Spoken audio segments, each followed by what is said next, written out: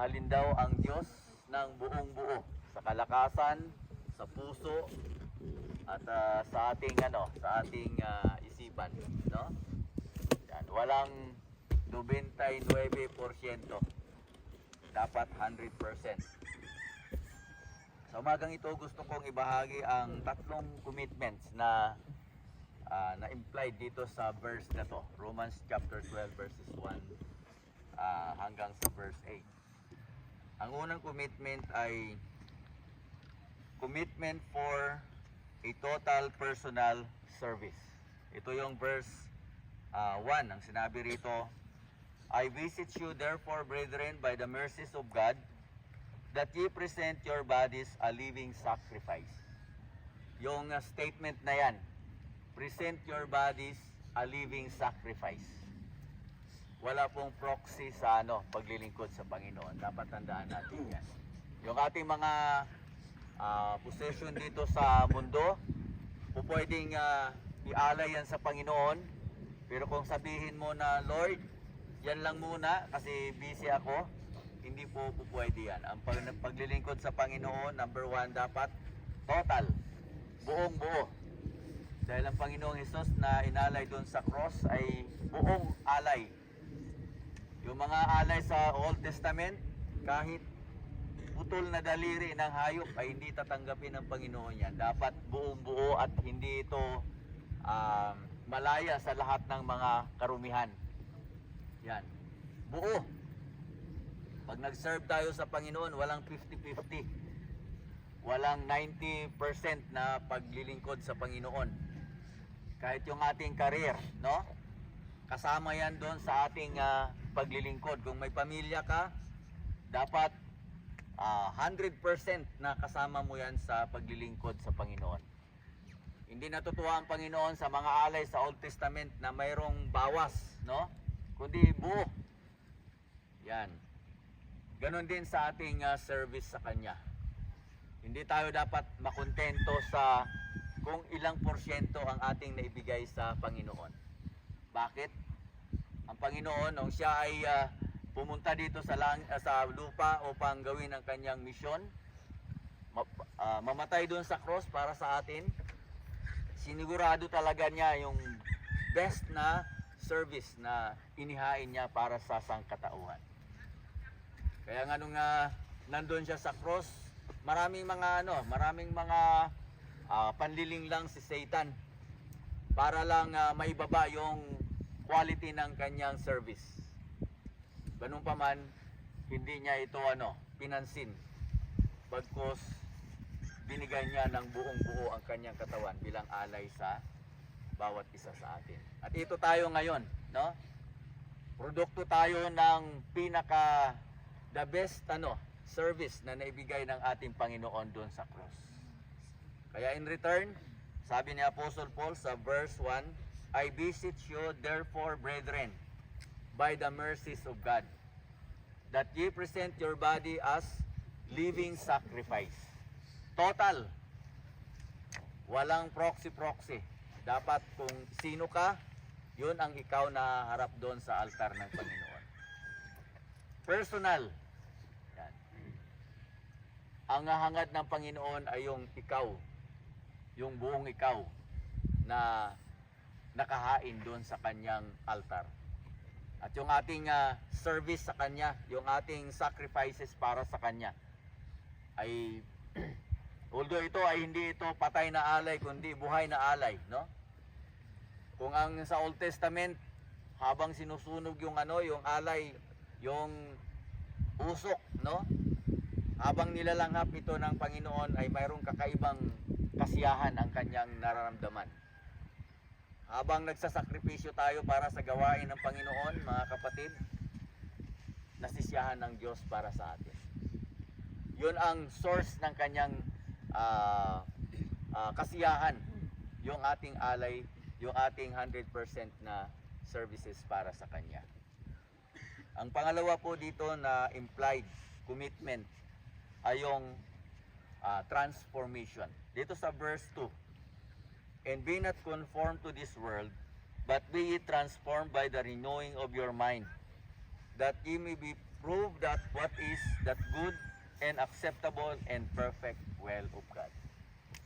Transformation versus conformation. Ang sabi ng ating ng ating Panginoon, huwag kang umayon dito sa mundong ito. Yan, kasi ang mundong ito mapanling lang, no? Yung filosofiya, yung sistema ng mundong ito ay talagang kung hindi ka matibay, hindi ka transform, hahatakin ka, may influence ka. Makukontento ka sa kung ano yung meron ka na sasabihin ni Satan, o tama na yan, no? Tama na yung pera, tama na yung kung ano yung pwede mong dalhin sa church. Yan. Meski na na paglilingkod, meski papano. Ang sabi rito, be ye transformed. Transform, no? Ito ang gusto ng Diyos.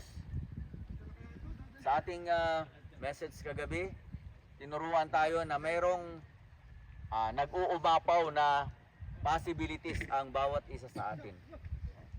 Dahil ang Diyos ay makapangyarihan, no? Yun, in fact, yung power doon sa verse na yun, ininterpret yan as bottomless power, possibilities, abilities, no? Na nananatiling dormant kung hindi mo yan madiscover at magamit, ma-maximize sa gawain ng Panginoon. Imaginein mo yan. Kaya nga sa Ephesians chapter 1 verse 18, ito yung prayer ni Apostle Paul, no? That God may enlighten you, the spirit of your understanding, ma-enlighten. At ma-realize mo kung gaano ka kalaki yung kapangyarihan na mayroon ka sa iyong pagkatao. Tanungin mo ang iyong sarili. Ito na ba yung pinaka best power na ginamit mo para sa paglilingkod sa Panginoon? Yun na ba ang pinakamalaki? Yun na ba ang pinaka the best? Sa mga athletes, hindi mo masasabi yung pinaka the best na yan kung hindi mo nasagupa yung number 1 champion doon sa area or sa field ng iyong pagiging athletes. Dapat masagupa mo yung mga champion katulad ni David na nakita kung gaano siya ka tatag, gaano siya ka kung gaano ka laki yung kapangyarihan na mayroon siya na binigay ng Panginoon sa kanya nung nasagupa niya si Goliath, di ba? Doon niya nakita na talagang makapangyarihan ng Diyos na walang limit yung kakayahan na mayroon siya. Isipin mo yan, hindi niya ginamitan ng yung kung ano yung pandigma na na kagamitan para talunin si Goliath. Kundi kung anong meron siya na binigay ng Panginoon sa kanya. Mga kapatid, sabi rito sa ating binasa, mayroon tayong kanya-kanyang kakayahan sa ministry. At yun ang dapat natin matransform, no? From being potential into a real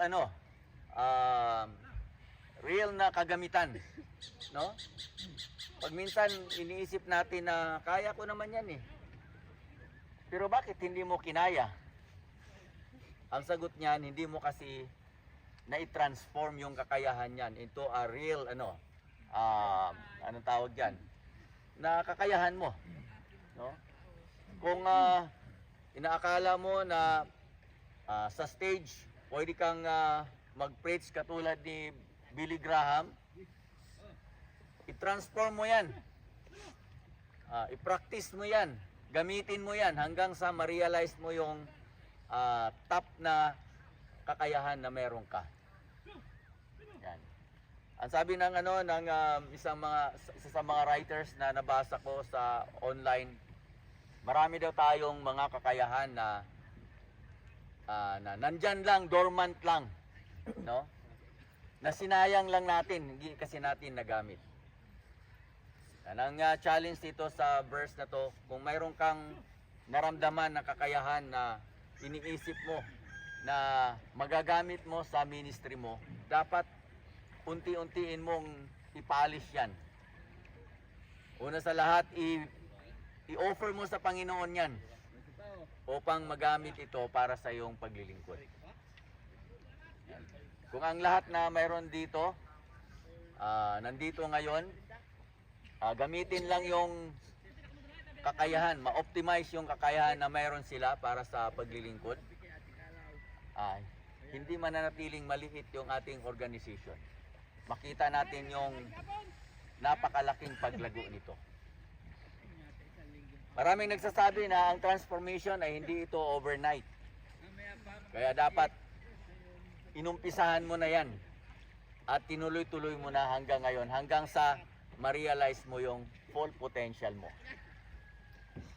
Yan, katulad ni David. At dito sa verses 6 to 8, ang sabi rito, having then gifts differing according to the grace that is given us. Whether prophecy, let us prophesy. Hanggang sa verse 8, no? He that sheweth mercy with cheerfulness. So, ma-appreciate mo kung titingnan mo kung paano sinulat itong verse na to. Paano in-outline ni Apostle Paul. Ang una, yung offering. In-offer mo yung katawan mo bilang sacrifice sa Panginoon. Ang ibig sabihin niyan, parang sinurrender mo sa Panginoon lahat, no? Yan, buong buo. Pangalawa, yung transformation. Na willing ka, committed ka na ma-transform yung yung sino talaga ikaw sa harapan ng Diyos. Diba? Sabi ni Rick Warren na mayroon daw purpose ang Panginoon kung bakit nag-exist ka dito sa lupa. At yun yung sinisikap natin, una sa lahat, madiscover natin kung ano yung purpose ng Panginoon sa atin. At kung na-discover mo na, saka mo i-transform yung sarili mo para ma-maximize mo yung gamit mo sa ministry. Yun po yun. At ang verses 6 to 8, napaka gandang ito, pagka-outline, no? Mayroon tayong kanya-kanyang mga kakayahan, gifts, no, na binigay ng Panginoon. Mayroon tayong kanya-kanyang kakayahan. Kaya huwag mong kopyahin yung hindi sa'yo. Dapat pagsikapan mo na mapalago kung anong kakayahan na iniisip mong meron ka. Pero bakit sinabi rito na mayroon tayong iba't ibang kakayahan? Yan. Dahil gusto ng Diyos na mag-shine ka sa ministry or sa particular ministry na nilagay ka ng Panginoon. Nag-i-struggle kasi tayo kasi gusto natin yung ministry ng iba na hindi naman para sa atin, na hindi naman yung linya ng ating kakayahan. Ang gusto ng Diyos na kung ano yung kakayahan na mayroon ka, malinang mo yan dahil doon ka mag-shine doon sa area na yon. Gusto ng Diyos na mag-shine tayo sa ministry. Kung ang iba't ibang kakayahan natin na linang, sabay-sabay tayong mag-shine sa ministry. At sobrang napakasaya ng Panginoon na nakita tayong lahat na nag-excel tayo sa ministry, sa particular na ministry na ipinagkatiwala ng Diyos sa bawat isa sa atin. Mayroong mag-asawa, no, na mayroon silang 2 hectares na lupa. Nung napaaral na yung napatapos na yung kanyang mga anak. Ang sabi nung mag-asawa, nagkasundo sila na ibenta na lang tong lupa kasi 2 hectares tapos ang liit lang ng kita, no? Buti pa ibenta na lang natin to.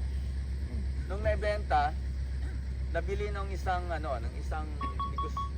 negosyante. Nabili ng negosyante yung lupa. At alam mo, mayroong nakita yung negosyante na hindi alam nung may-ari. At kung nagtaka siya, bakit hindi productive tong lupa na to? Meron palang kakaibang potential yung lupa na nakita ng isang negosyante. Nung naibenta na, binenta ng 1 million yung lupa. Nung hinawakan na nung negosyante, pinadevelop niya yung lupa.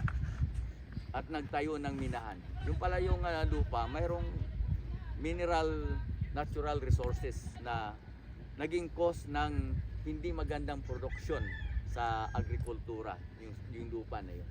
Alam mo, yung halaga na kanyang binayad doon sa sa lupa, isang bayaran lang, isang harvest lang ng mga ng mga natural resources doon sa lupa ang pinambayad. Tapos na yung bayad, no? Kasi nga na-discover niya kung anong meron sa lupa, anong potential na meron. Ganon din tayo mga kapatid. Discoverin natin kung ano yung potential na mayroon tayo at ma-optimize mo yung gamit nito para sa ministry. Ganon po ang paraan kung paano tayo kasiyahan ng Panginoon. Huwag mong hayaan na mawala ka sa mundong ito na hindi nagamit yung maximum potential na meron ka, na pupwede mong ialay sa Panginoon. Remember, kung mag-serve ka sa Panginoon, isipin mo yung pinaka the best na service na maibigay mo.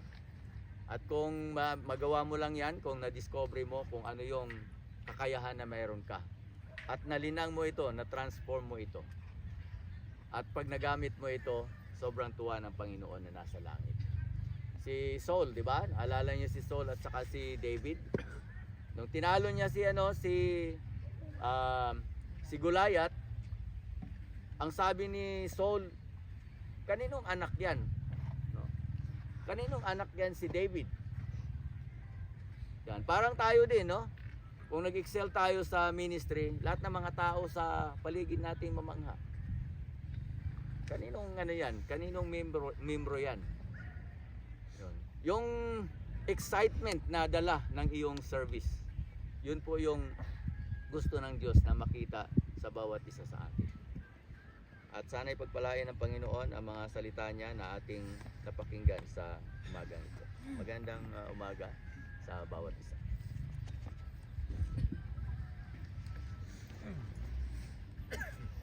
Maraming salamat po, Pastor.